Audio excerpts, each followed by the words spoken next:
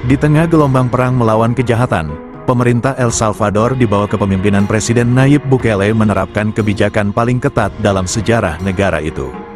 Ribuan anggota geng ditangkap dan dikurung di penjara Supermax yang baru dibangun, Centro de Confinamiento del Terrorismo, CCT, sebuah tempat yang dijuluki neraka di bumi oleh para narapidana.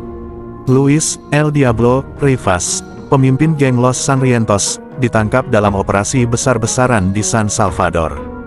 Dengan borgol menempel di pergelangan tangannya, ia dibawa bersama ribuan anggota geng lainnya ke CCT, tempat yang katanya tidak akan ada yang keluar hidup-hidup. Saat truk polisi memasuki gerbang penjara, Luis melihat ratusan tahanan lain yang hanya mengenakan celana pendek, kepala mereka ditundukkan, tangan di belakang kepala. Di sini, nama tidak berarti, hanya ada angka dan rantai. Di dalam, para narapidana dipaksa hidup tanpa ruang pribadi.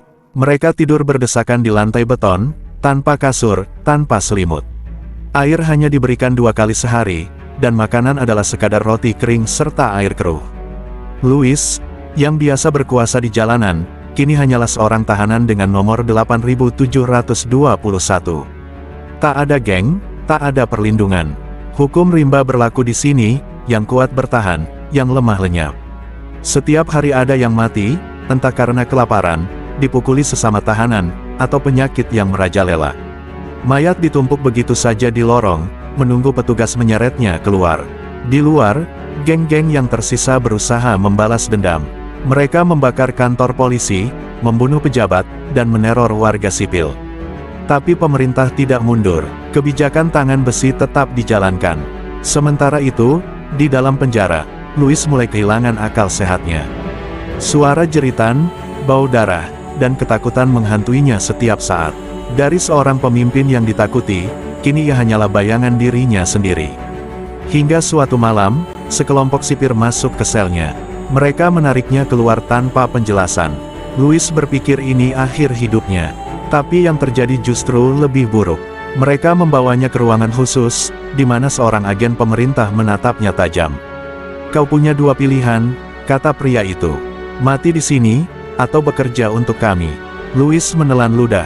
Ia tahu, di dalam neraka ini, tidak ada pilihan yang benar-benar menyelamatkan. Seminggu kemudian, berita mengejutkan muncul, Luis El Diablo Rivas tewas dalam penjara. Foto tubuhnya yang penuh luka beredar di media. Publik bersorak, mengira seorang iblis telah dilenyapkan. Namun, di suatu tempat yang tersembunyi, seorang pria dengan wajah yang sudah diubah identitasnya menatap dirinya di cermin. Luis telah mati bagi dunia, tapi ia masih hidup dalam bayang-bayang, kini menjadi alat pemerintah untuk memburu gengnya sendiri. Dengan identitas baru, Luis dipaksa bekerja untuk pemerintah, memburu mantan anak buahnya sendiri. Ia diberi akses ke daftar geng yang masih beroperasi di luar penjara, serta tim kecil yang mengawalnya dalam operasi rahasia. Setiap malam, ia menyusup ke persembunyian geng, menangkap atau membunuh mereka satu persatu. Setiap wajah yang ia kenali membawa beban di pikirannya. Mereka dulu memanggilnya pemimpin. Sekarang, ia adalah pengkhianat. Namun, pemerintah tidak peduli. Hanya ada satu aturan, bersihkan El Salvador dari geng, atau mati bersama mereka. Saat operasi hampir selesai, Luis menemukan nama terakhir dalam daftar, Rafael El Lobo Ortega, sahabatnya sendiri sejak kecil. Rafael tahu Luis masih hidup dan mengkhianati mereka.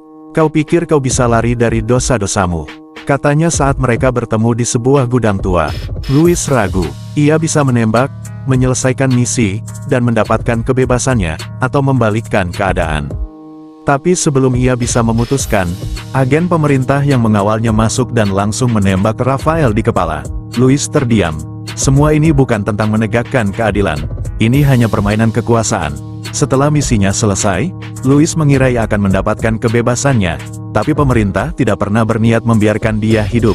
Malam itu, ia diculik oleh tim yang sama yang dulu menyelamatkannya. Saat kesadarannya kembali, ia mendapati dirinya berada kembali di dalam sel di CCT. Seorang sipir tersenyum sinis. Tidak ada yang benar-benar bebas dari neraka ini. Luis, di luar, dunia percaya bahwa perang melawan geng telah dimenangkan. Tapi di dalam dinding beton yang dingin, Luis tahu kebenarannya neraka bukan hanya di penjara, tapi juga di hati mereka yang terjebak di dalamnya.